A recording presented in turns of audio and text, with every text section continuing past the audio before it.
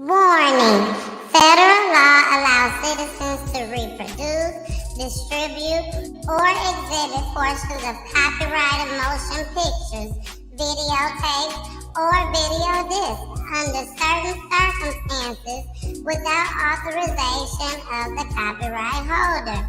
This is called fair use and is allowed for purposes of criticism, news reporting, teaching, and parody, which doesn't infringe of copyright under 17 USC 107. Hey, it's your girl, the missus with the kisses, baby. Mwah. Let's talk about real life issues, love and relationships. Let's have a good time with the missus. Let's talk about celebrities. Let's talk about current events. Let's talk about the things you don't see on regular TV. So join us on BG Time. Oh, so join us on BG Time. Oh, so join us on BG time, BGT time, yeah, yeah. BGT time. You know what I'm saying? Every time I speak, I want to shiver. You know, I don't want them to be like, they know what I'm going to say because it's polite. But I know if I keep talking about how dirty it is out here, somebody going to clean Me. I'm going to clean it up. Somebody got to do it. I'm going to do it. Me, Poolie, and Jason. They're not here tonight, though. Y'all already know. On Mondays, I'm solo dolo, baby. And I am now sharing. Please, y'all, go share this video right now before we even get started good. Because y'all already know. You already know. It's going to be good. There go Chewy. See, even Chewy know. Chewy said, oh, yeah, it's going to be good tonight. He saw me putting the show together. So he said he know it's going to be good tonight. I am sharing the video right now. Thank y'all so much for coming. Thank you. And I mean that from the bottom of my heart. I needed y'all in the building tonight, baby. It was a very, very rough day today. I mean, I've been in tears all day today. Literally. All day today, I've been crying. Seem like. And for those that's on my personal page, then you will know why. I've been I kind of been low key for 2 weeks. You know, when my kids left to go out of town, you know, for 2 weeks. They'll be back on Wednesday. Something occurred the same weekend that they left.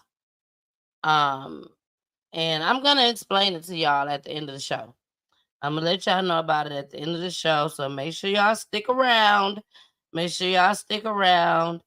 still sharing. Y'all be having so many people to share it to. I ain't sharing it to everybody, but I had to share it to my normal groups. Okay. I'm done. Hey, I'm done. Hey, all right, y'all. Let's go ahead and get started with this show. First and foremost, hey, Miss Joyce. What it do? Welcome to Peach Tea Time, your neighborhood crime channel. You already know how we get down over here, your neighborhood crime channel. Okay. Now, before we get started, I gotta tell y'all about my event. For those that don't know, Miss Joyce, I'm gonna need you to be there, Miss Joyce. My event that will be going on at Stonecrest Malls. I'm so thankful. Let me do a haircut. I'm your girl, the missus with the kisses, baby. Yes, Stonecrest Mall. Y'all, when I tell y'all, we done came a long way. We have came a long ways. And here I am about to put my very first event that has to do with crime on at the mall in front of Foot Locker. On top of that, the mall giving me a stage, baby. They giving it all. Tables, chairs, everything. Everything. She said, okay, I got you, baby. But yes, when I tell you, I'm so super excited. Peachy Tea Time Foundation, that is. Foundation Inc., which is a 501c3 nonprofit organization, Peachy Tea Time. We will be putting on an event. We are still collecting donations. Do not forget, baby, we are still collecting donations for this event. So please feel free to give. All proceeds will go straight to Peachy Tea Time, y'all, because there's some things I got to do. I'm honoring 5 mothers. Okay, I am honoring 5 mothers, not 1, not 2, not 3, not 4, but 5. So yes, I need donations. But yes, y'all. Again, please make sure if you are in the Atlanta area, please come out. We are going to have a blast. Do you hear me? Inside the mall, in front of Foot Locker. We will have performers, independent artist performers. Who knows? A celebrity may come through. Who knows? I don't know. But the Lord knows what's going to happen. But we will have people doing monologues. We will have pastors there speaking, being guest speakers. We will have the police station there just as well, doing Q&As with the audience. Baby, you want to be in this building, okay? You want to be in the building. That's all I got to say. So, and there's so much more going on, y'all. So much more. But the highlight for myself is honoring these 5 mothers who lost their child to gun violence. Okay? So, here we go, y'all. Let's get started with this show. Oh, here go the other flyer. This is a flyer that y'all really see a lot as well. This flyer right here. Peachy Tea Time Foundation, Inc. presents In the Cycle, Stop Gun Violence, Domestic Violence. Stonecrest Mall. It is a free event in front of Foot Locker, August 10th from 12 to 3 p.m. What's the address you said? 2929 Turner Hill Road, Lithonia, Georgia, 30038. Y'all, please come out and support your girl. All right? Now, if you're watching this on your phone, you know, it's okay to watch on your phone because you can comment on your phone. But if you want to watch on a big screen, on your big screen, baby, and you got Roku TV, please pull me up on Roku TV. Put me up on Roku TV so you can watch me on the big screen. And then keep your phone going, baby, so you can comment. Okay? Keep your phone going so you can comment. Okay, hold on. Ms. Joyce said, please post where Foot Locker is located in Stonecrest Mall. Foot Locker is located in front of what's the name of the place? Piview? I got y'all. I got you, Miss Joyce. I will definitely let you know exactly where it's at. But it's definitely on one of the ends. It's on one of the ends. And you'll be able to see us from the top. If you at the top, you can look down over us and see what's going on. And if you're down there at the bottom, you could definitely be able to see what's going on. Okay. So thank you, Miss Joyce. I will make sure I put that on the next flyer because I got another flyer coming out really, really soon. Okay. I love y'all so much. Thank you. Again, don't forget, stick around tonight because I have something that I want to share with y'all on my day today, which has been very, very emotional. So let's get started. First clip of the night, baby. First clip of the night. I ain't playing with y'all. This ninja crazy. I said ninja. I did. But y'all know what I'm trying to say. And he crazy. This man crazy. Let's see why he crazy. Initially believed that her car caught fire because of an electrical issue until she took a closer look at the video on her Ring camera. Thank you so much for joining us tonight. I'm Darcy Thomas. I'm Daryl Green. That video, you just saw part of it, shows a person dousing both of her cars in that driveway with gasoline, then setting one on fire. Let's go to Fox 13's Dominique Dillon live from the fire department in Whitehaven. So, Dominique, any charges yet? Have they found who did this? No, which is why we are not identifying the woman this happened to, nor are we identifying her ex-boyfriend, who she is sure is responsible for setting her car on fire.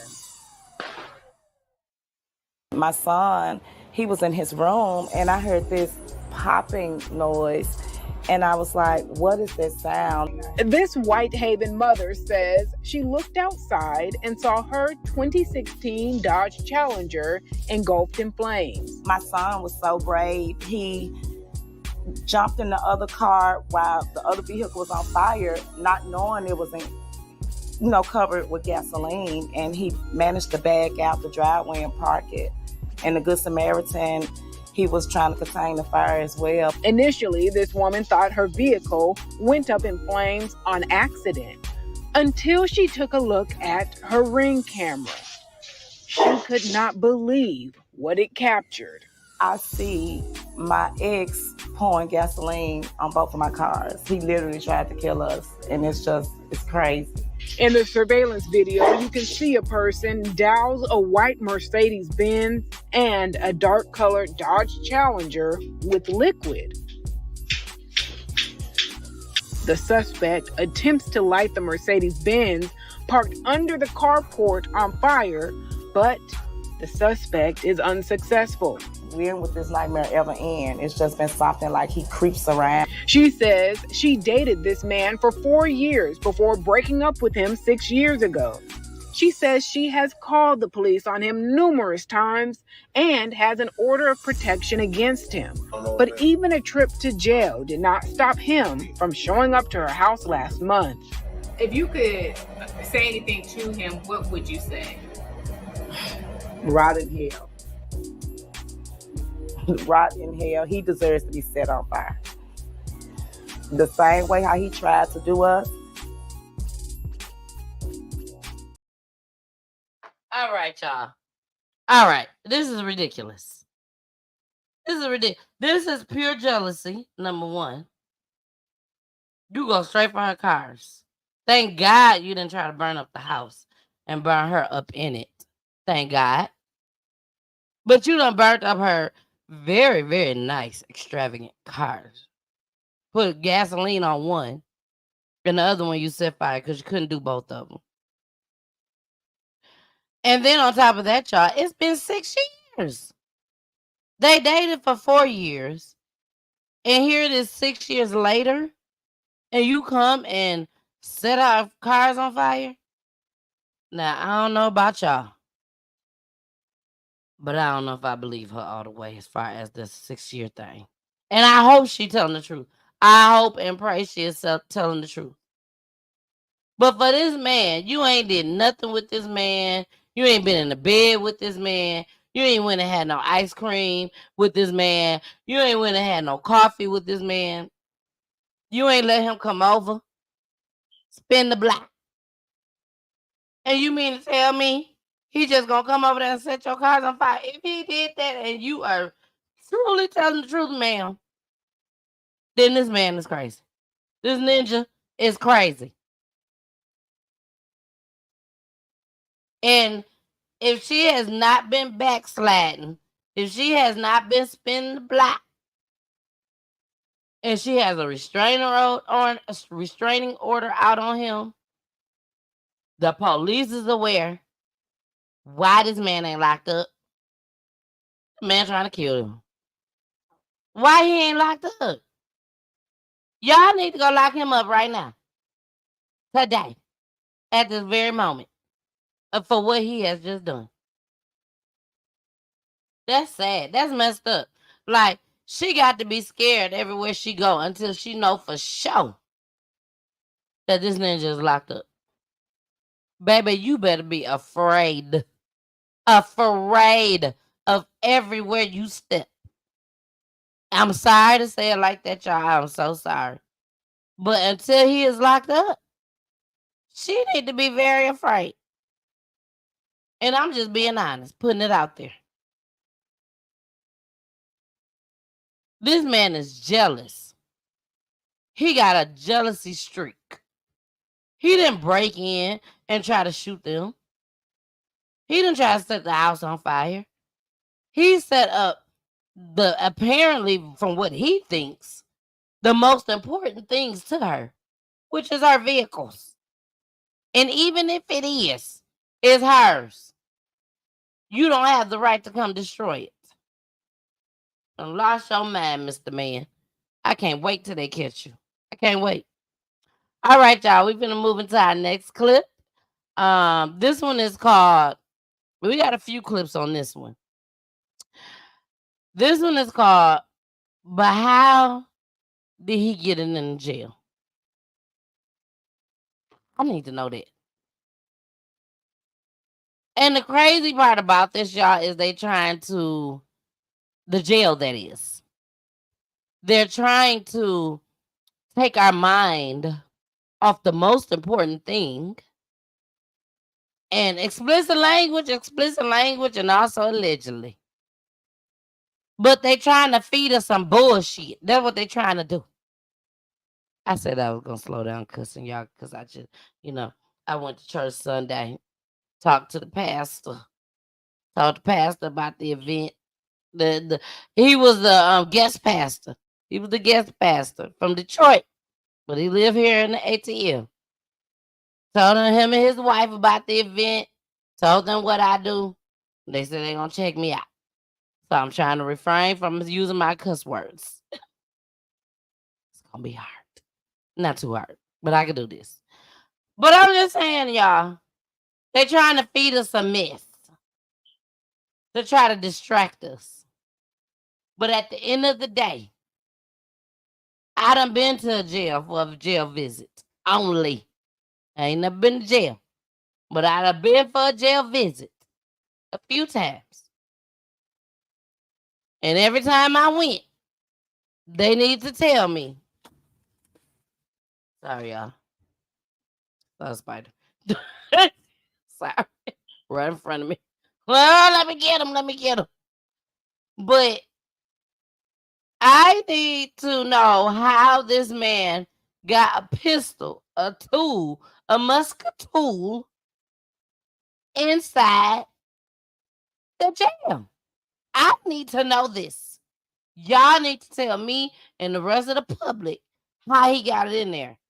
We don't care what was going on between him and this lunch lady. And that's what you're trying to make us think. So let's go ahead and watch these few clips, y'all. Here we go. One deserves to die. And especially at work, where she was working hard to take care of her kids. But first, the mother of a woman shot and killed by an inmate at a Georgia prison is speaking only with Fox 5. And that is where we start tonight on News Edge at 11. I'm Christine Spiro. Good evening. Thanks so much for joining us. I'm Tom Haynes. 24-year-old Arian Grace died at Smith State Prison in Southeast Georgia over the weekend. Now her family is sharing their heartbreak and their anger with News Edge reporter Rob D'Arienzo here live in studio. That's right, guys. Good evening. Well, this family is hurt. They're shocked, but they're also furious with the Georgia Department of Corrections. The mom of 24-year-old Arian Grace says she was just trying to earn a living, and the prison failed to keep her safe. I'm really in disbelief of the fact that it was even a firearm in the facility. 24-year-old Arian Grace's family started getting messages on Facebook early Sunday morning that something was terribly wrong at her job at Smith State Prison. Inmates were going through social media, looking on her social media to find people related to her. And that's how Deshonda Higgins found out about her daughter's murder. The prison says inmate J. Dracus Hart shot Grace, then himself. She was working for the food company Aramark in the kitchen there. Prison officials said Monday they believe Grace and Hart had a personal relationship, but her mom sees that as a deflection. What does that have to do with an inmate having a gun to kill my child? And Higgins wants the Department of Corrections to focus on that, how the gun got into a maximum security prison where some of the most violent state convicts stay. She says investigators have ripped apart her daughter's apartment while executing a search warrant leaving behind this mess. And bust the bags open all over my grandchildren's stuff. They broke her bed. It's not clear what, if anything, they found. A spokesperson for the Department of Corrections says that inmate with a contraband phone got in touch with her family before prison staff got a chance. They totally went in damage control instead of trying to figure out how they can correct the system. Grace leaves behind a 1-year-old son and a 4-year-old daughter. The 24-year-old was saving money to go to nursing school. No one deserves to die. And especially at work, where she was working hard to take care of her kids. And the Georgia Department of Corrections spokesperson says 6 Aramark employees have been told not to come back to their jobs at the prison based on this investigation, but they did not explain why. The food company says they're working with corrections officials to assess employee safety there. Guys? Yeah, it is a review. All right, y'all. I'm telling y'all right now, if you are researchers, please help me find this mama. I have not tried to find her yet because I've been so busy and tied down. You guys will know by the end of this show what's been going on. But I need to find her. I want to cover this story. I want to continue to cover this story. Why? Because I believe that pressure make these police officers, detectives, FBIs, whoever, it makes them move. It makes them move. This is a disgrace. I don't care what type of relationship this girl had with this guy. You should have found out. You should have fired her. But at the end of the day, how did this inmate get a mouse tool? We said we was going to start using that. A mouse tool in the prison. You get checked. I done been to a prison before. I done been to a prison and I done been to a jail to visit somebody. You don't need to know who, but I have. Each place, there was metal detectors. At the prison that I went to, they made me take my shoes off. Yes, take my shoes off. They checked the hell out of me. Well, they said hell at church. Pastor, you said hell at church. What? The guest pastor, he said it, and my regular pastor said it. But, see how that was a distraction? That's what they trying to do. Distract us. They trying to distract us with that they had something going on. We don't care. If the farthest thing that should have happened is she should have got fired, not murdered. In the prison. Not because he shanked her. Y'all know I'm from the country. I'm not from the country, but I live in the country. I live down south. They shanked her. No, that didn't happen. They didn't shank her. He didn't strangle her. He didn't take his shoestrings and strangle her. He didn't strangle her with his hands. He didn't do none of that. This ninja had a gun. A gun. In the prison. How is that possible? Baby, she need to get paid. She need to get paid. Mama need to get paid for what has happened to her daughter. And that's just my personal opinion. Whether y'all like it or not. She needs to get paid. Hey, Carmen. How you doing, boo? I miss talking to you, Carmen. Carmen, I need to talk to you. I got some things going on in my life. I need to talk to somebody. Miss Joy said it had to be a guard or a warden or a drone for the gun to get into the prison. See, they went to her house. Y'all, they went to her house, checked, then tore up the house. You know what? Let's get into this next clip. Here we go. The Georgia Department of Corrections is working to get answers. They want to know how an inmate was able to get a gun, shoot and kill a food service worker at Smith State Prison before turning the gun on himself. It happened over the weekend. WJCL 22 News' Brooke Butler has been in touch with the GDC as well as civil rights advocates. She joins us now live in the studio. And Brooke, we're learning the victim and the offender were in a personal relationship. Yeah, Shannon, the Department of Corrections made that announcement today. The department also said it found a suicide note that appears to have been left by the inmate. But civil rights advocates say they want to know how a gun got into the prison in the first place. This was the tipping point right here. Early Sunday morning at Smith State Prison in Glenville, the Georgia Department of Corrections says inmate Jadricus Hart shot and killed 24-year-old food service worker Ariane Grace before shooting himself. I've briefly spoken with the sister of Miss Grace, and they are understandably upset. The GDC says it appears the two were in a personal relationship. The Corrections Department says it has recovered the gun used. It's now working to learn how the firearm got into the prison to begin with. I don't think they've ever had anything like this happen before inside of a facility. Brian Randolph is with the Human and Civil Rights Coalition of Georgia. He tells me he actually contacted the GDC last year, telling them he heard a gun was in the prison. So we were tipped off in May of last year of a possible weapon that had been dropped off via a drone. He says he sent this text message to GDC's general counsel, telling her exactly what he was told. We never heard anything else about it. We reached out to the GDC asking them about this. They said, quote, that was investigated by our Office of Professional Standards and no leads were developed. Randolph argues GDC should have tried harder. I guess, my question is the next time when they get another one in, how many more people are going to get killed besides two? Advocates believe the violence inside Smith State Prison is caused in part by understaffing. Randolph believes this latest incident will likely only make matters worse when it comes to hiring. Nobody's going to go and work in these places. I've reached out to the governor's office asking for a response to this. I haven't heard anything back just yet. And Shannon, this is the second staff death at Smith State Prison in less than a year. You may remember back in October, an inmate assaulted a corrections officer with a homemade weapon. Back to you. All right, Brooke, thanks so much. Now, the offender who GDC says killed the food service worker was serving 20 years for voluntary manslaughter.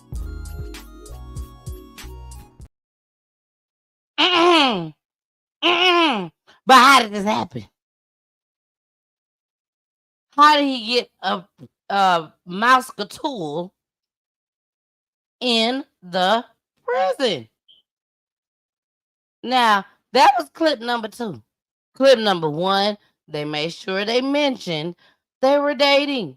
Clip number 2, they made sure they mentioned they had a relationship with each other. We don't care. I can care less. I don't care if she had kids by him, lady, and the rest of y'all. How was a mouse-a-tool end up in the prison? He should not have been able, and then turned around and shot and killed himself. Yes, Carmen, this was a food service worker giving them that nasty food. That's all she was doing, passing out the nasty food. I don't know if she was cooking it.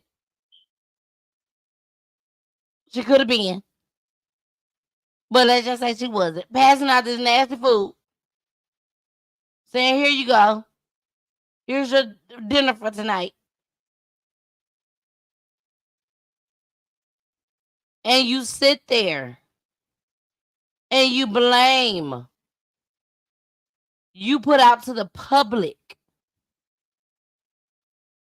Because social media has now picked this up. You have put out there the narrative to try to make us forget that a mouse-a-tool was inside the prison.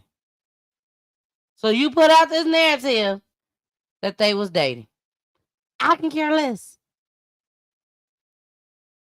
I don't care if y'all caught them in the act. Fire her. You should have been on your P's and Q's and you should have fired her when you found out. If you didn't find out, don't worry about it now. Don't even worry about it. We don't need to know. We don't need to know. All we need to know is what happened as far as how that Moscow tool got up in there. Yes. Carmen, with the Moscow tool. With the Moscow tool. You know, that's what we call it now. Carmen, we call it Moscow tool. It's crazy. And this wasn't even jail.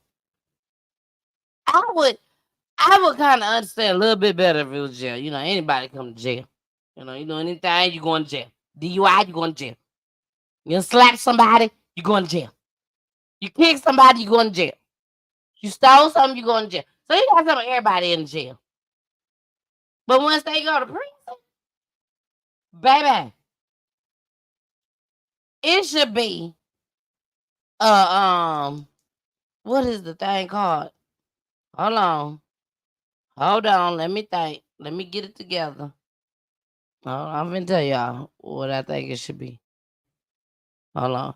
It should be, hold on, Excel. That's the word I'm trying to come up with. It should be on an Excel spreadsheet. By the time you make it to prison, you should be on an Excel spreadsheet. Everything about you should be on that spreadsheet. Everything. Everything. And y'all already know Excel spreadsheets, baby. When they tell you at the job, I need you to do this Excel spreadsheet. What? I'm not gonna do. Y'all did not put that on my job description to do an Excel spreadsheet. That's like the worst. So you make it to prison, they should know every single detail about you. Every single detail. There should be no way that you get a Moscow tool inside the prison. I'm sorry. No. Exactly, Carmen. Wow. We got one more clip on this. This is the last clip on it. Here we go. The family of a food service worker at Smith State Prison is speaking out after investigators say inmate Jadricus Hart killed her Sunday morning, then killed himself. Today, the mother of Ariane Grace sat down with WSTV's Sarah Smith. Sarah, how is she doing? Well, Tina, she's devastated. Ariane Grace, nicknamed Ari or called by her middle name, Shanae, was a mother of two, a daughter, a sister, a friend. GDC investigators say Hart and Grace had a personal relationship. Her mother, DeShonda Hagen, says this should have never happened, and the system failed her beloved daughter. There is no way there should have been a handgun, an inmate with a handgun. And they're saying all these things about my daughter.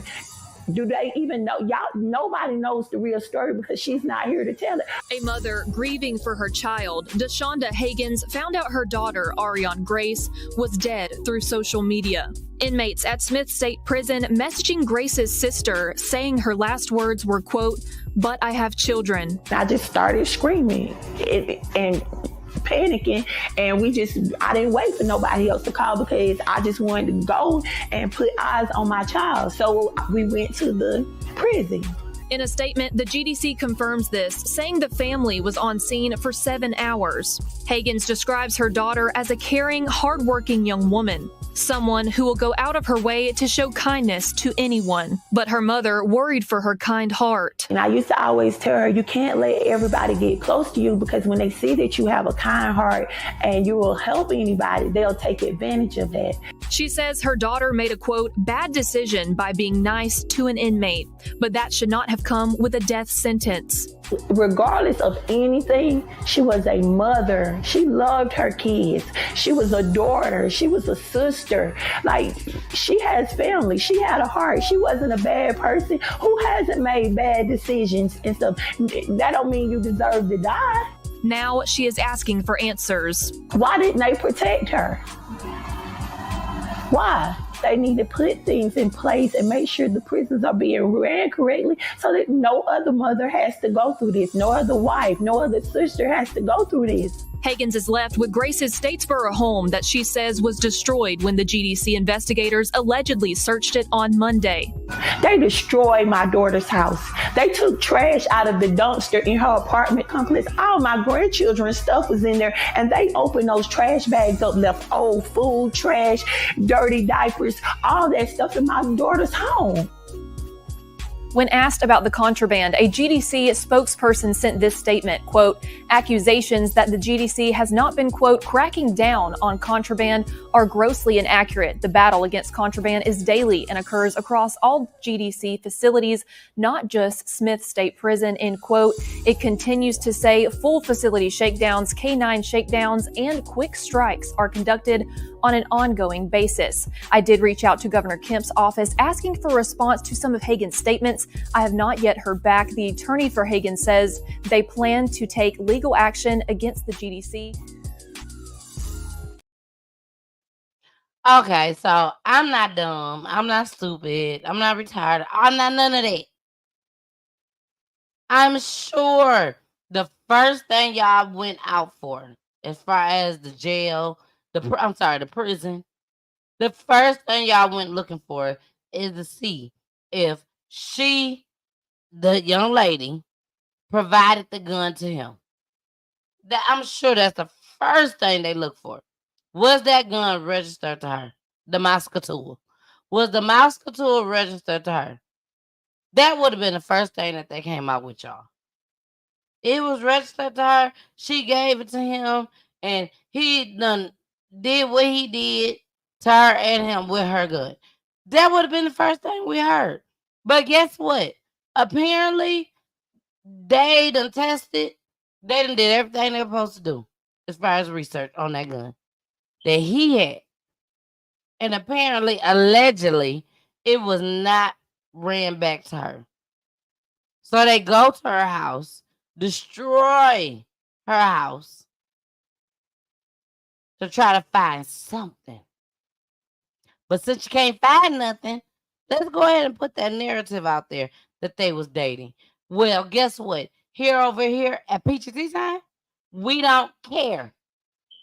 We can care less if they was dating. We can care less if you even caught them doing the nasty. We can care less. What we care about over here is why he had the Moscatul in the prison. How did he get it in there? Who y'all decided not to check? And if y'all didn't decide, if y'all did come up with, oh, we checked everybody. Okay, which one of y'all folks in there brought it to him? Was he dating somebody else at the same time? And she decided to bring it in there? Or was one of his homeboys working in there and decided to bring it? Or was somebody just fearful, I guess, and decided to bring it? Somebody brought it. And we need to know who brought it. We need to know. Dog bite it. All right, y'all. So we done with that segment, baby. But please, y'all, please, please, please, let's remember this story. If y'all know where the mama is and you can find the mama for me, please send me her information so I can reach out to her. Because this story needs to keep going on and on and on and on and on and on and on. I'm just saying. All right, y'all. The next story, domestic violence. Y'all know that's what we doing. That's what we talking about at the event. At the event, domestic violence. Hold on. This one right here. Domestic violence and gun violence. So now we are about to get into a domestic violence story. Y'all ready for this? Here we go. Is heartbroken after losing their 8-year-old boy. His mom says the bullet that hit him was meant for her. She says her little boy died trying to protect her. Our David Schumann shares their story from Burnsville. I'm so mad at it. I know. The pain Cherish Edwards feels can't be put into words. Her son, Amir Hardin, died this weekend after she says his father accidentally shot him. Cherish says Amir's father was trying to shoot her. He wants to protect his mommy. It's just unimaginable. An 8-year-old trying to wrestle a gun out of a grown man's head. It's an unbearable pain. Cherish says she told Amir to run outside, but he wouldn't leave her. After the shooting, she says Amir's father turned the gun on himself, with her 4 other children watching. He's in the hospital in critical condition. We're finally free of him, but my child made the ultimate sacrifice. My children, all of them, I feel so bad for them because they are traumatized. Burnsville police are investigating what happened, and a city spokesperson says if Amir's father lives, criminal charges will be considered. It's a nightmare that you can't wake up from. Cherish and her father are remembering Amir as a bright light, a goofball, and a gifted athlete. Very happy little boy. He was courageous. He was a leader. He was my biggest cheerleader. Every day I go to work, say, "Have a good day, Mommy. I love you." Cherish says Amir's father had a history of violence leading up to this, and she has a word of warning to other women in abusive relationships. Just gotta leave. Next time that be your life or your child's life, I think a lot of women think it'll never be them. Now, Cherish says she's just trying to do her best for her remaining living children. She has an online fundraiser for moving expenses and other bills. In Burnsville, David Schumann, WCCO News. Hey y'all, we are back. This was a very, very sad, devastating story. Very, very sad. He was trying to protect. He was trying to protect his mom. And this is the outcome of it. You know, a lot of us, and I'm going to say us, because when I say us, I mean every black woman out there in the world. Every black woman out there. Every white woman. Every Mexican woman. Puerto Rican. White woman. Whatever. You never ever think that this is going to happen to your child when you're inside I'm sorry, y'all, I can hear Poolie talking in the background. When you're inside a domestic violence situation, you just don't think that your child will be the one that catches it. You know, you think it's a possibility it could be me, but you just don't think it could be your child that's in the household. She told her child, go, run. He said, no, Mom. I want to take care of my mama. I want to make sure my mama okay. I want to protect my mama.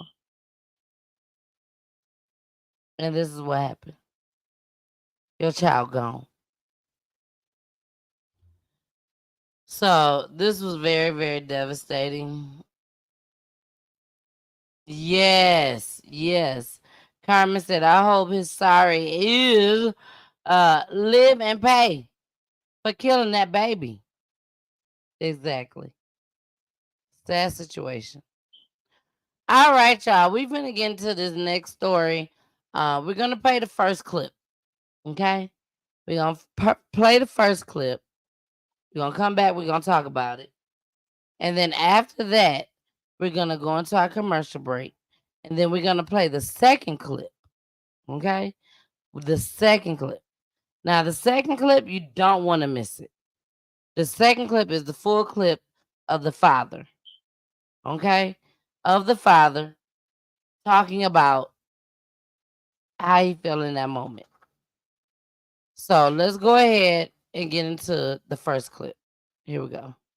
Mother killed during a Juneteenth celebration in Central Texas over the weekend is being remembered as a loving, giving, and selfless friend. She was one of 2 people killed and 14 people wounded. Fox 4's Dion Anglin has more. She was a very humble spirit, a very kind person, super highly intelligent. Words to describe Lindsay Vicknair. An innocent bystander shot and killed Saturday night at a Juneteenth celebration in Central Texas. The Vigneers were actually in the Juneteenth parade that morning. Lindsay's husband, Kevin, was with her at the celebration when they heard gunshots, and his wife was caught in the crossfire. He performed CPR, trying to save her. Help just didn't arrive in time. It just didn't arrive in time.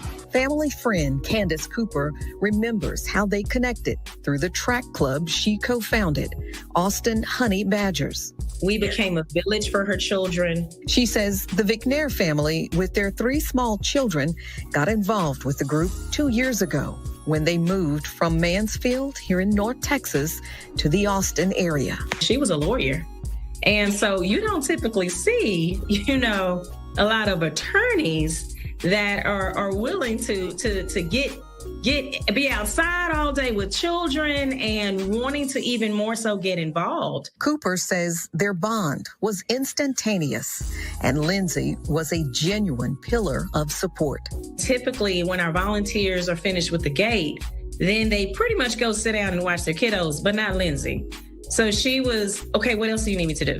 Okay, so what else? Police say 2 people were killed and 14 others injured when 2 groups began fighting and shooting during the outdoor festival. She said, I'm hit. I said, you hit? I'm like, where? So that's why I pull out the chair. I'm like, I'm throwing the chair, holding it with one hand, I'm moving the chair out with the other, and I feel it. She's hit. And I felt it wet on the back. Lindsay Vigneer's 3 small children are 7, 4, and 1. The entire family is of course, they are sad, but there is a sense of strength that I've seen with this family that's just that honestly is admirable. Dion Anglin, Fox 4. Hey y'all, I am back. These are the 2 young ladies that was murdered that day. Juneteenth. A Juneteenth event. Others was injured, but these 2 young ladies was murdered. The young lady with the pearls on, or the necklace on, she was an attorney, well known in the community,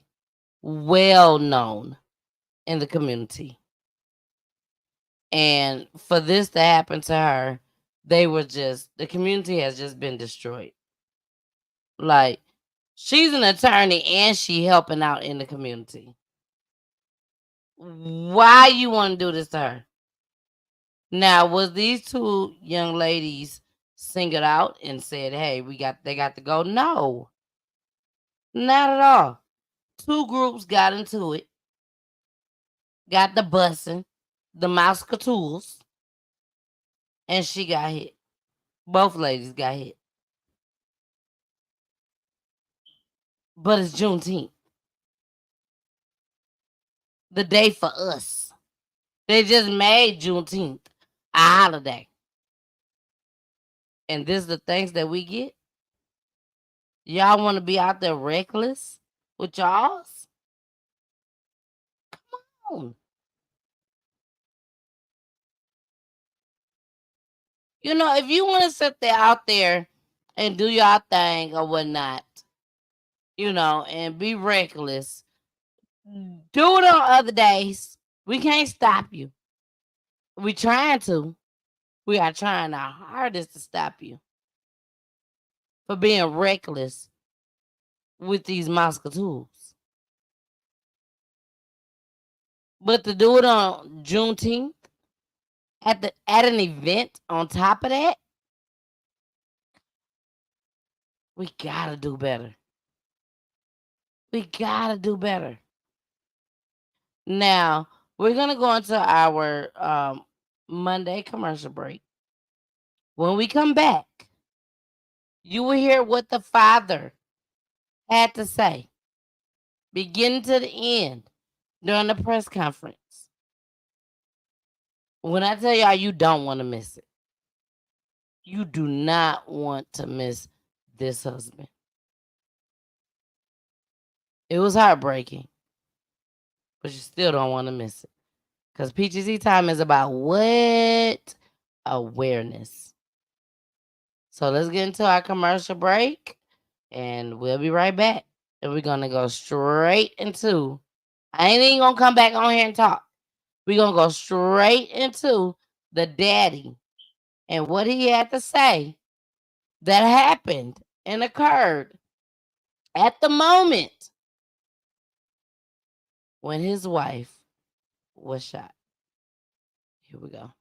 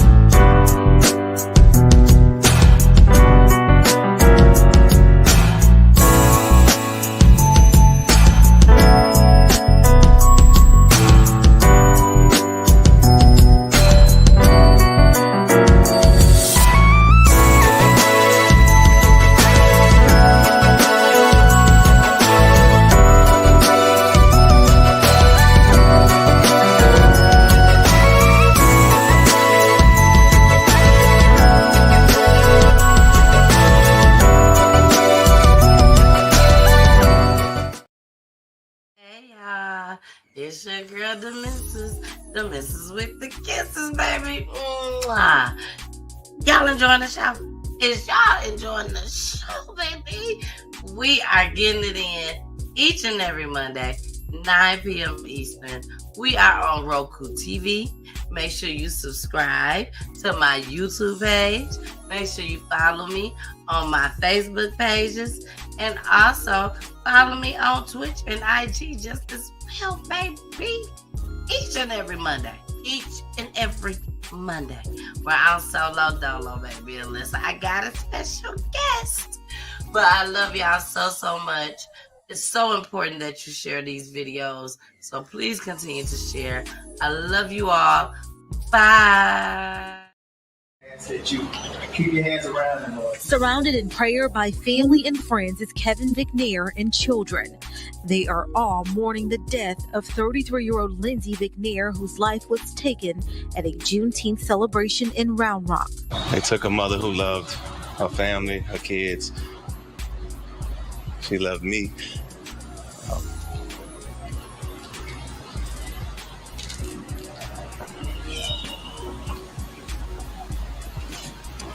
She loved the community. She loved her people. Kevin McNair says Saturday he and his wife, Lindsay McNair, were watching the concert at Old Settlers Park when they heard gunshots and his wife was caught in the crossfire. She said, "I'm hit." I said, "You hit?" I'm like, "Where?"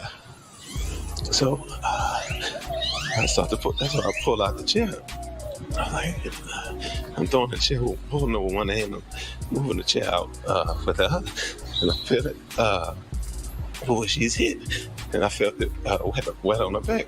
Lindsay was struck in the back by a bullet. Kevin says he performed CPR on his wife, but she died from her injuries. I didn't have any equipment or anything, so help just didn't arrive in time. It just didn't arrive in time. Lindsay was an attorney and leaves behind 3 children, ages 7, 4, and 1. I told him what happened the morning after. That was Sunday morning, Father's Day morning. After they woke up, brought them into my room. Family and friends were downstairs. respectful, super respectful. Gave us privacy. I can tell them that their mother died or was killed, rather murdered, and that we won't be seeing her again. According to Round Rock Police, the shooting that took the lives of 2 and injured 14 was a result of a conflict between 2 groups. We had a great time last year. Stayed late. So we're expecting the same result, obviously. But I'm happy we didn't bring the kids this year. That's a interesting blessing. Police say there were 22 officers at the event, first responders, firefighters, and 2 watchtowers. They were unable to locate the gunman and are currently searching for a person of interest, described as a black man, 19 to 20 years old, thin build, short dreads, last seen wearing a white hoodie. Kevin has a message for the shooter. Do what God put on your heart to do. Whatever that looks like I said, I have to be open and accepting of that.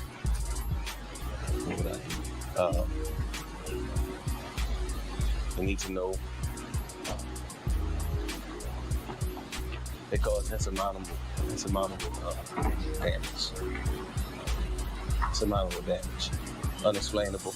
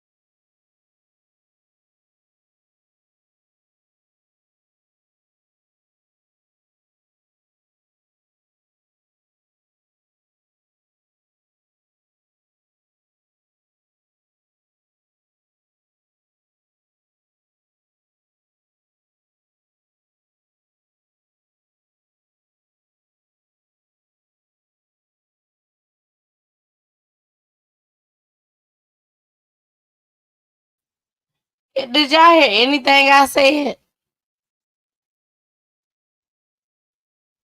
The comment said, OMG, he is heartbreaking to the depths of his soul. I hope y'all was able to hear something that I said. But I want to play this video. Look, Carmen said, no, we didn't hear what you said. No. I'm sorry. I'm so sorry. But what I was saying was that this father had to come out in front of everybody and be vulnerable, transparent. And he did just that. One of the persons was caught. They said it was the shooter. It was the shooter, thank God. It was the shooter that has been caught. But there's other people out there just as well. There's other people out there just as well. So we are about to hear this video. I'll play this for y'all. This was another one person that was injured out there. 2 people was killed, but several others was injured. So this is one of the lady that was injured, and they also talk about the young man that was caught, who was the shooter. But they are still looking for others. Again, I repeat, they are still looking for others.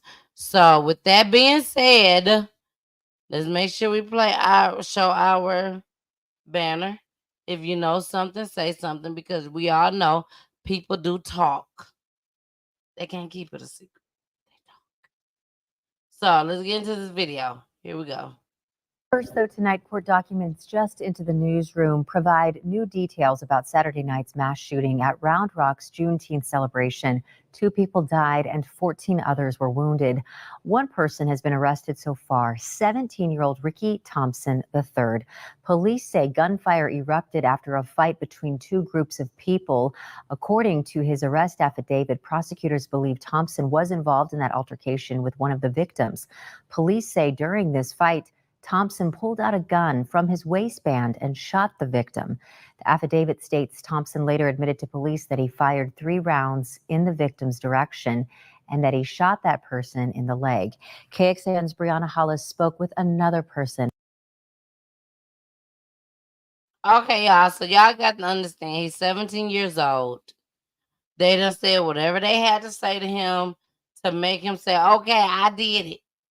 Yeah, I shot in that direction. I could have possibly killed her or killed them. But guess what? There's still others out there. If you know something, say something. Say something. Here we go. Let's continue. And shot that night. Tell me about what it was like for you that night. This was a lady that was shot that night. Kind of ridiculous and mad and upset, actually. I have one bullet hole to my left thigh. It actually went in and went back out. LaTonya Ray, who attended Saturday's Juneteenth celebration with her kids, says she was walking across the crowd to find her husband when gunfire erupted. I think that we just actually heard it and then felt it, not actually see what actually happened. People started stampeding towards the outer section. She says adrenaline kicked in at first, and her immediate priority was to get her kids to safety. I couldn't feel shot because my kids are there. So I just just went with it, I guess. Fear set in when she got to the hospital. Blood transfusion was the most free time. They said I've lost a lot of blood, so they had to give me 2 liters of blood in the hospital. Police say multiple people fired guns that night. Court documents released Friday afternoon shed further light on the teen authorities arrested Thursday in this case, 17-year-old Ricky Thompson III. Those documents name another shooting victim prosecutors believe Thompson, quote, intentionally, knowingly, and recklessly caused bodily injury to with a firearm. At this point, this is the only victim Thompson is officially connected to. 8 weeks for the hell completely. Police haven't released any information about who's shot Ray yet.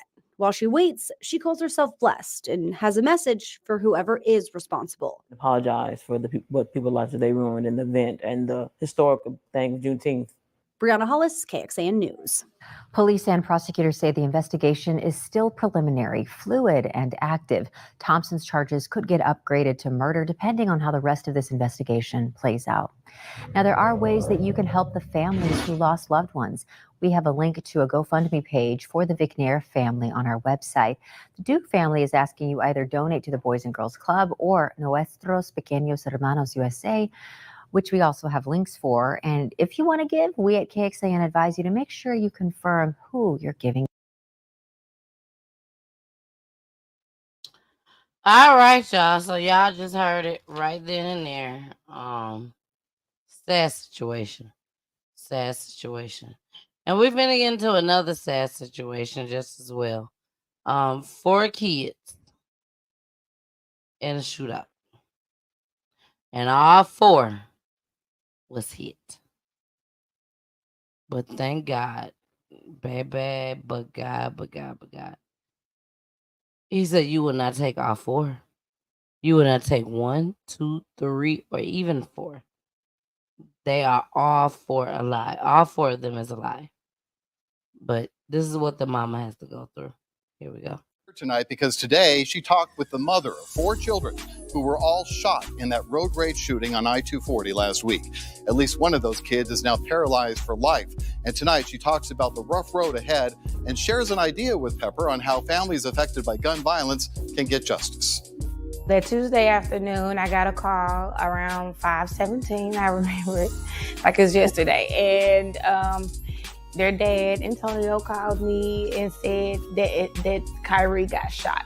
Ireland says her 8-year-old son, Kyrie, was sitting in the front passenger seat with her boyfriend, Antonio, driving on I-240, with her 3 3-year-olds, Antonio Jr., and twins, Ace and Zuri, in the back. Where were you in the moment that you got that call?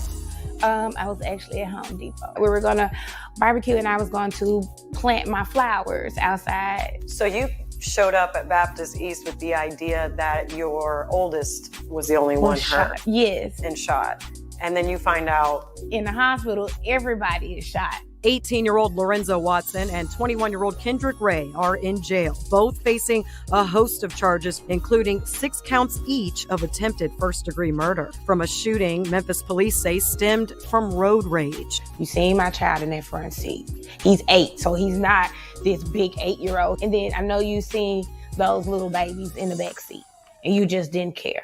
6 hours later, Ace, the 3-year-old boy twin, was the first out of surgery. The bullet was stuck in the intestines, and so they had to cut part of the intestines and reroute them and to take the bullet out. He was supposed to discharge on yesterday, but they found a tumor in his leg, his knee now. So. Her second oldest son, 3-year-old Antonio Jr., was the second out of surgery after being shot twice, once in each arm.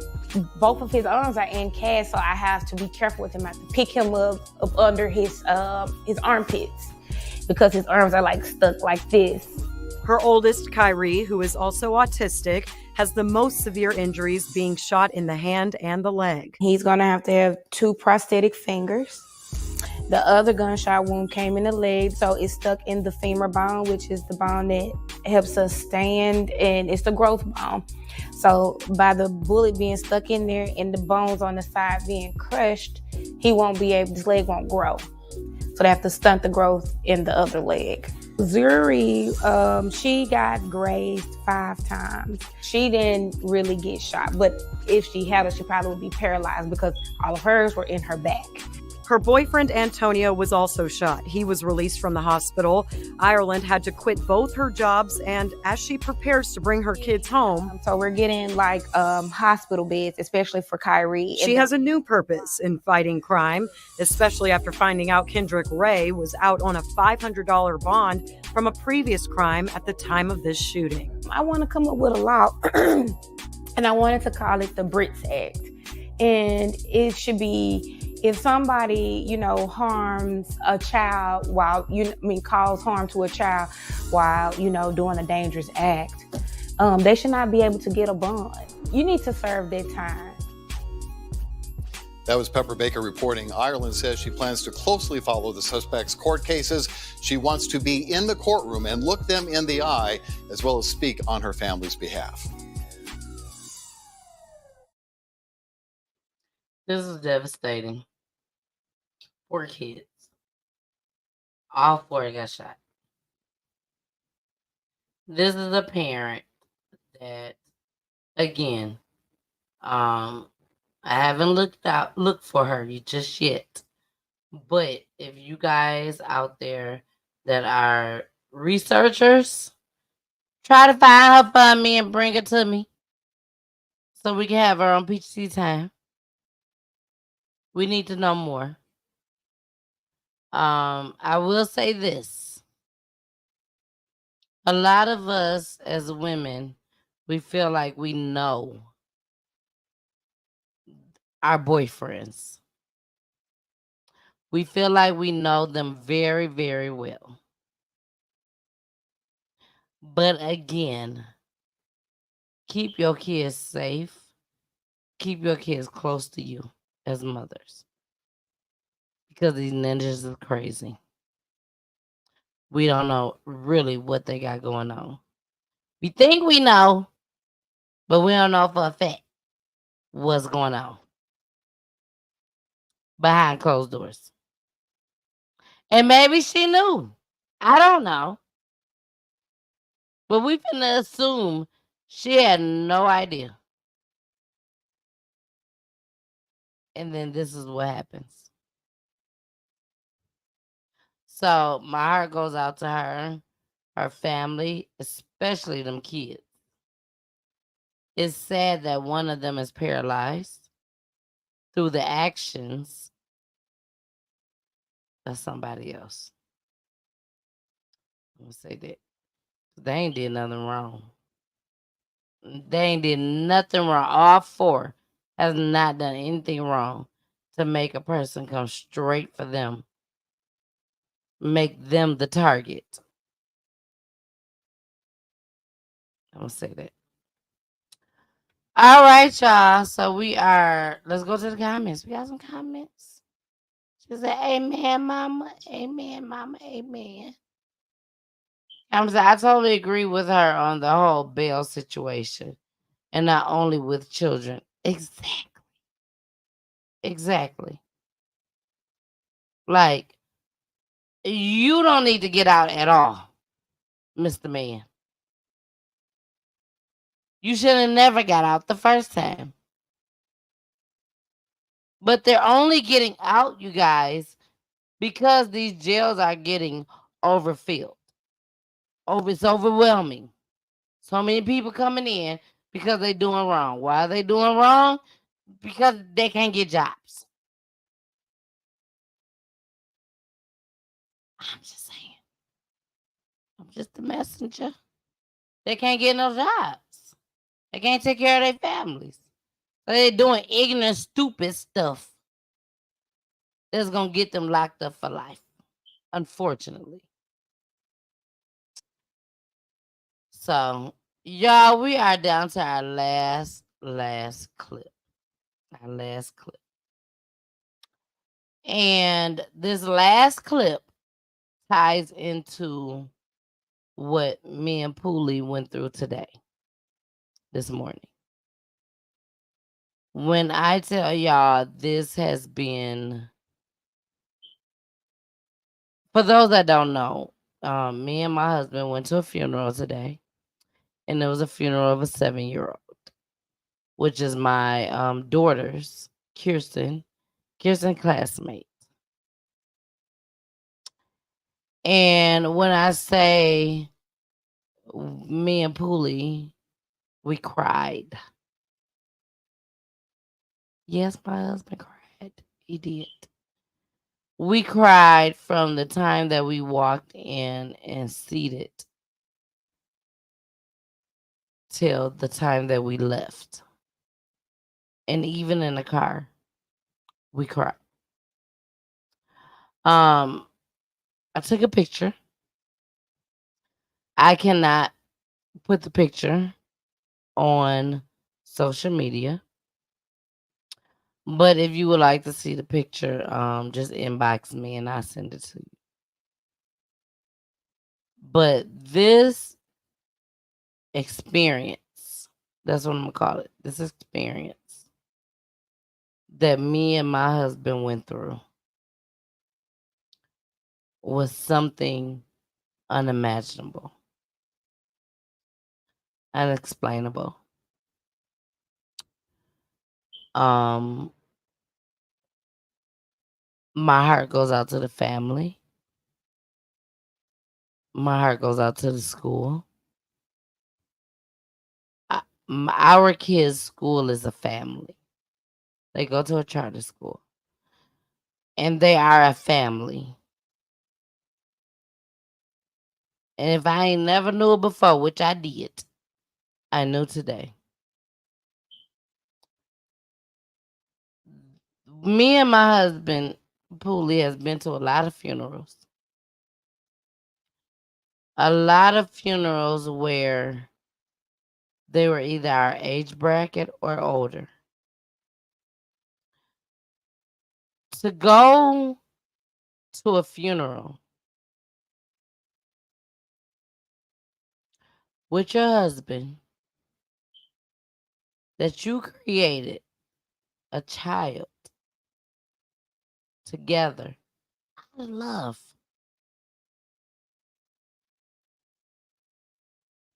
And to go to a funeral for a child the same age as your child with your husband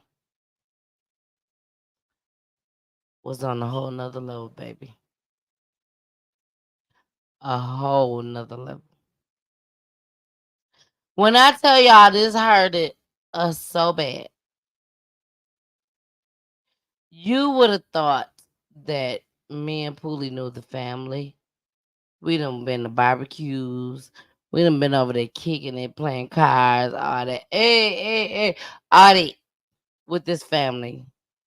The way that it took a toll over us. So I'm going to play this video. This is not the family. I don't want y'all to think this is the family. This is not the family. I would not be disclosing the family's name or anything like this without the family's consent. So this is another situation with older children, but this was basically what happened to the second grader, 7-year-old, whose funeral that me and my husband went to today. Here we go. She's now grieving the loss of 2 of her children, both drowned in a pool Memorial Day weekend. They were 11 and 14 years old. Our Cheyenne Corinne spoke with her. We spoke to this grieving mother just hours after she pulled the plug on her 2 children. Her son and daughter died after drowning in a swimming pool. And as she reflects on their lives, she also has a message for other parents. They wasn't no more than like 3-4 minutes. And then they called their name. I said, I don't think they playing. When they jumped in, they were at the bottom of the pool. Brittany McWhite is preparing to do what no parent should ever have to do, bury their child. But in her case, she's laying to rest 2 children after the 11 and 14-year-old drowned in a pool. When we got there, I was like, okay, I'll help set up the food or whatever kids was playing in the pool. They were playing like a game where you go down Marco Polo and you hold your breath so you can come up the most. When I did come outside, I didn't see the children. And they said, oh, they were in the water. And I'm like, looking around or whatever. I said, the water, I didn't see nobody. Which was a surprise because she says both of her kids could swim. The family was attending a Memorial Day weekend party in Gloucester when the drowning happened. Although London Marie and Waddell were quickly pulled from the pool, the damage was already done. For the past week, the siblings were placed on life support before the family made a difficult decision. Keeping my child hooked to a machine for the rest of their life is not ideally what any parent should want for their children. So today, me and Dad decided to end life support. McWhite describes London Marie and Waddell as total opposites, but they couldn't live without each other. Next week, London Marie would have turned 12, and Waddell graduate from the 8th grade. I know they're a piece, but it's just very devastating not to lose one child, but to actually lose 2 children. I think that's more challenging because you can't stomach that, but you gotta keep going. Especially for her other 4 children. And even during her time of grief, she wants other parents to let her story be a reminder, especially heading into the summer and pool season. You could be in the water for a minute until you actually get a pulse. You're losing oxygen, and in this severity case, they lost a lot of oxygen. To prevent drowning, the CDC suggests learning basic swimming and water safety skills, having a fence that encloses the pool, supervising children closely, wearing a life jacket, and learning CPR. Always have a set of eyes.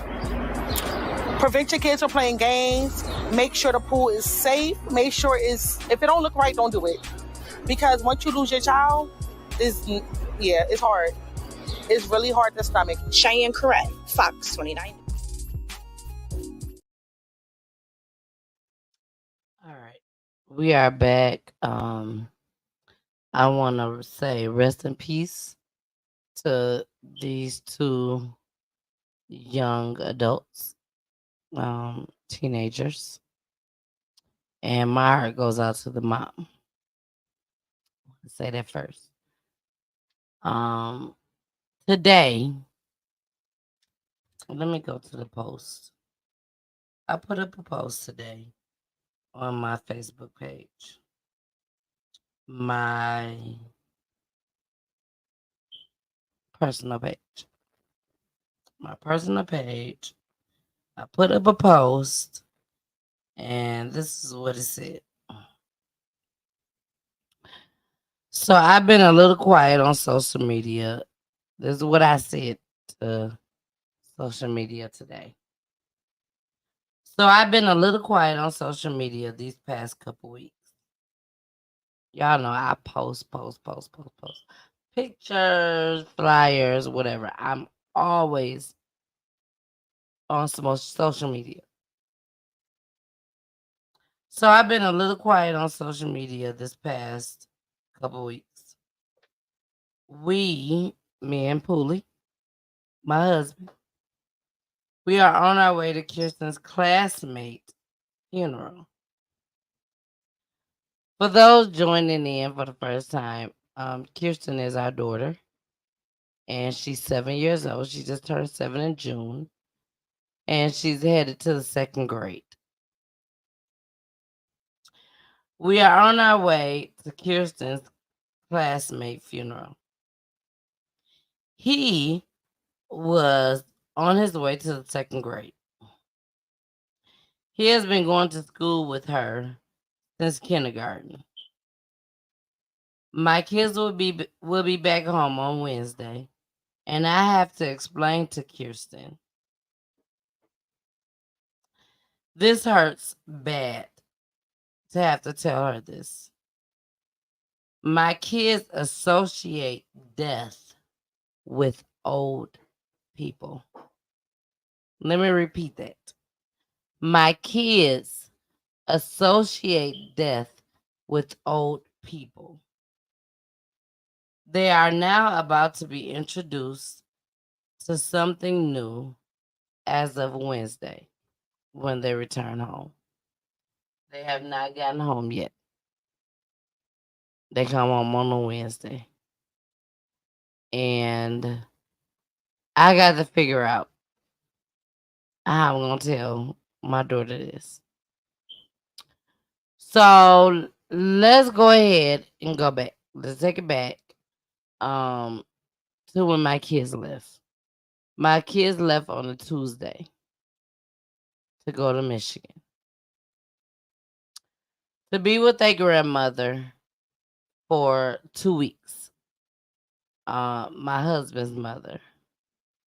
I've been with my husband since I was 19 years old. So I know his family, his mother, cousins, aunties, uncles, everybody. I know them all. But this was the first time where I decided, hold on. I'm sorry, y'all. Just give me one moment.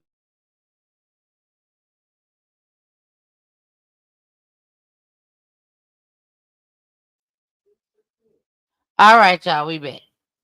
So this was our first time letting our kids go with Pooley's mom, their grandmother, for the first time without us. Now we do the whole FaceTime. They done been down there visit her. She came here to Michigan for both my kids when they was born. Stayed with me and Pooley for a month. You know, she did all that. So now it's time for my kids to go down there. Saginaw, Michigan is not the safest place. But that's our hometown. This is where I'm from. They're my peoples. So I'm like, okay, I gotta let my kids go. It's time for them to go. My mother-in-law has been asking for several years, can they come down here and stay? You know, part of the summer, week, 2 weeks, whole summer, whichever one. And I've always been like, I don't know. I don't know. You know, right now my kids go from my house to my mom's house from the time they was born. My house to my mom. Literally. I'm not over exaggerating. None of that. My house to my mom's house, that's it. And my mom stayed 45 minutes away from me. But still here in Georgia. So I'm like, I don't know. They ain't ready yet. Even my parents. My father especially. Nah, they too little, they too young. When y'all go to Saginaw, they need to go with y'all. That's it. So now my kids have gotten older. And we was like, okay, now's the time. They can go. Yes. Airline tickets was cheap. Boom, let's go. They went on a Tuesday. Friday, my daughter's classmate, who was also her friend, a young man, died. He died. And it had a lot to do with the pool. Swimming pool. So that's why I showed that video.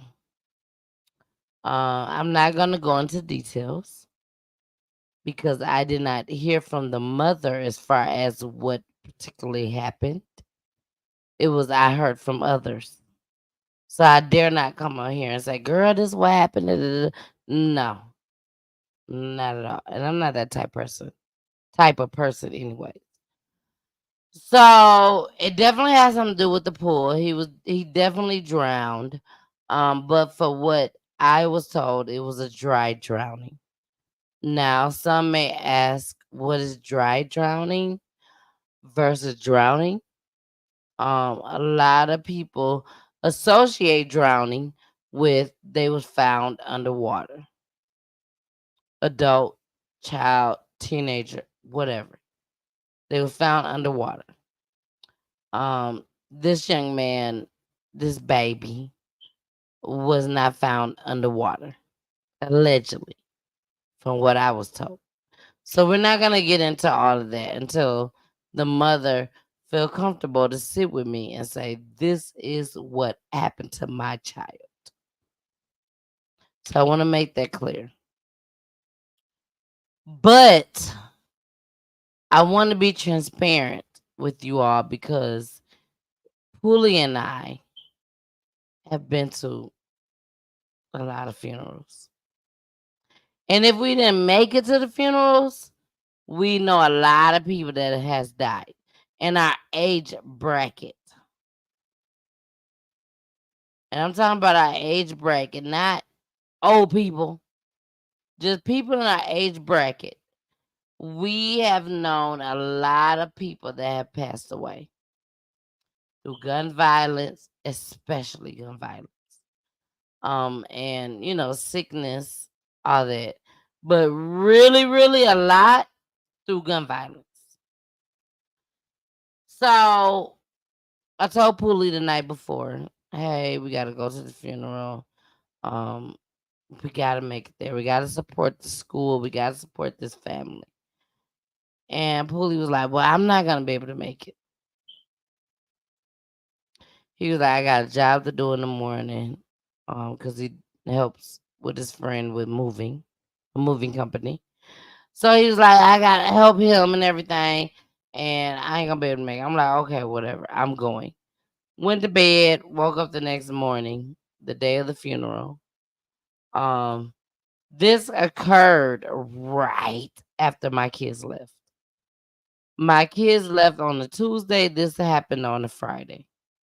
So I didn't want to disappoint my daughter with the rest of her visit. Because at the same time, I don't know how she's going to react. I don't know if she's going to say, oh, okay, Mom. Wow. What happened to him?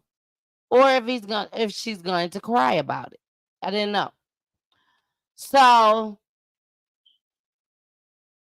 I'm like, okay, we're going to go to this funeral. Me and my husband. I was hoping that the funeral was when my kids come back because I was going to take them both. But that wasn't the case. The funeral was today. Woke up this morning and I read the text message wrong.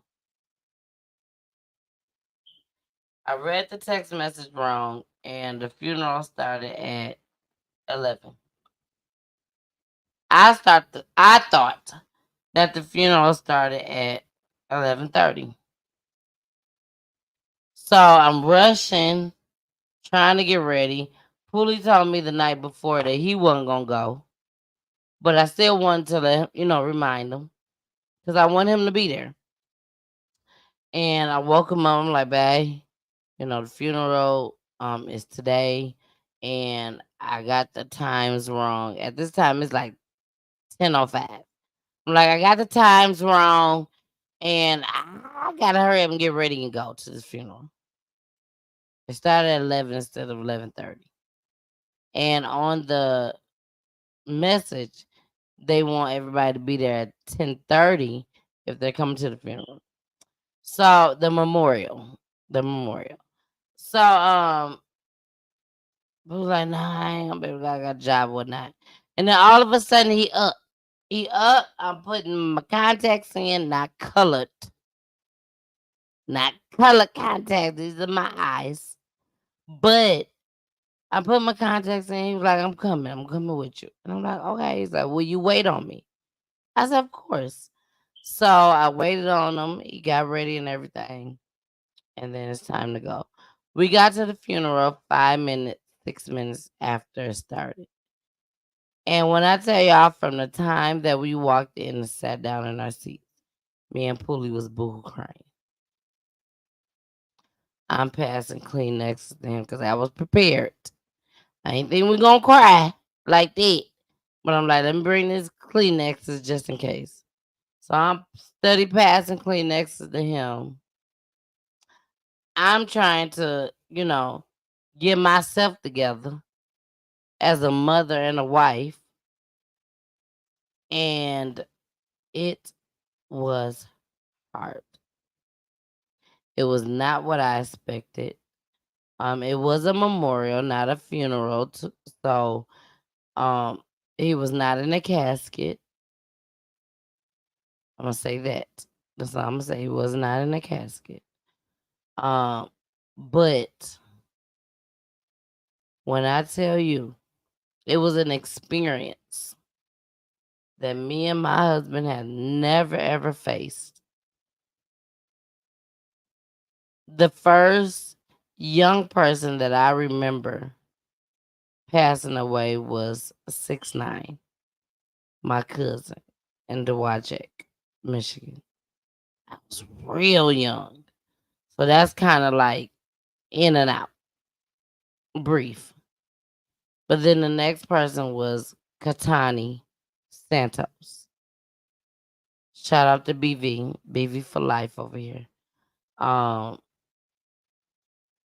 That was the first memorable besides my cousin, and I didn't even go to his funeral. My mom didn't take me there because I was so young. But Katani, I remember like it was yesterday. But this was a 7-year-old. 7 years old. He's lived 7 years in this life. And baby, when I tell you, me and Poolie cried like no other. We cried in the car coming home. It was an uncontrollable cry. And after the funeral, we went to the mom to give her a hug. We couldn't find the dad because dad was real tore up behind it. But we went to the mom, gave the mom a hug and everything. A very strong woman. And I said, you don't know me. I said, but I'm Kirsten Davis' mother, and this is her father. I said, and she's not here right now with us, but we wanted to come here to show our love and support. And she said, Kirsten. She said, my son, one that passed away, my son talked about her so much to where I asked him, is that your girlfriend? And she said, I can't wait to meet Kirsten. And I told her, my daughter talked about your son a lot as well. We're going to talk more about this on Friday during Love and Relationships so that Poolie can give his take on going to the funeral of a 7-year-old. Me and him, husband and wife, going to a funeral for the first time so young, both of us. And how we took this. So y'all, we is out of here. Excuse me. We are out of here. That was our last clip for the night. I love you guys so much. We will be back on Friday. I'm sorry. We'll be back on Wednesday. Wednesday.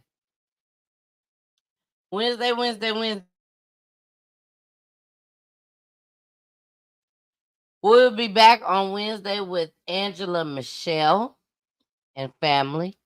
And Demetrius Dawkins. Rest in peace. Demetrius Dawkins, aka Casey, Kansas. Baby Casey, Kansas. She is here to tell her son's story. Different from other cases, but it still falls in PGT time. So we will be back. We will be back on Wednesday. Carmen said good night and thanks for sharing. You're so welcome. You are so welcome. Again, Friday we will pick back up where I left off about this funeral with the 7-year-old, where Pooley will be able to give his side as far as how he felt at the moment. One thing I will leave you all with is this. Me and Pooley both agreed, talked about all that while we was in there in the funeral, the memorial, while we was in there, hey Josette, while we was in there in that moment, all we could think about was our daughter at the same time as this young man, this young boy, this young baby, 7 years old, same age as our daughter, 7 years old. They was headed to 2nd grade, baby. 2nd grade. And in the funeral, the only thing we can think about, I'm not gonna say the only thing, I'm sorry. One of the main things that we could think about was the pictures, the videos, the monitors of a 7-year-old, same age as our daughter. What if that was her? And I'm gonna leave y'all with it. Thank God it wasn't, but it could have been. And baby, when I tell you, me and my husband cried like no other. From beginning to the end in the car going home. It was hard. Very, very hard. So we are out of here, you guys. We are out of here. I love you guys so much. You already know where you can find me at. Instagram, Twitter. Hey, Instagram and Twitter. Twitch. Hey, Twitch. Facebook. Hey, Facebook. YouTube. We in the building, baby. Thank y'all. And of course, we cannot forget Roku TV. You can find me there too. I love you. Thank you for the support, the love, just everything. Thank you. And we out of here. Gotta get into this commercial. Love you guys. Bye. It's your girl, the missus with the kisses, baby. Mwah. Well, I'm sure you all have heard by now that I am having my very first annual Stop the Violence Awareness campaign. Yes, and it will be at Stonecrest Mall right here in Atlanta. Stonecrest Mall. You have to make sure you be there. You have to be in attendance. I'm telling you, you don't want to miss this. Just like you don't be wanting to miss Peachy Tea Time. You do not want to miss this event. We will have performers. We will even have the police there doing Q&As. We will also have pastors there speaking. We will have a live DJ. When I tell y'all, it's so much more. We even got someone coming doing monologues, okay? So trust me, you don't want to miss it. And the most important thing that we're doing is we will be honoring 5 mothers. We will be honoring 5 mothers who has lost their child through gun violence. I'm telling you, you want to be in attendance. And this is going on August 10th, 2024. From 12 to 3 p.m. at Stonecrest Mall, right in front of Foot Locker, baby. Right in front of Foot Locker. Oh, it's going down. We are going to have a blast. So make sure y'all be there. It's a free event. It is a free event. So make sure y'all be in the building. All right, I gotta go. See ya. Having computer issues? Can't find a nearby computer store or tech? No need to worry, Computer Tech is a computer repair mobile service. Not in Georgia, no need to worry, Computer Tech can remote into your computer as well. Prices are starting as low as $40. Services are virus removal, data recovery, data transfer, hardware installation, software installation, computer tune-up, laptop and desktop, home and online. Contact 40440585515 and ask for Tony, and don't forget to tell them Ms. Peachy sent you.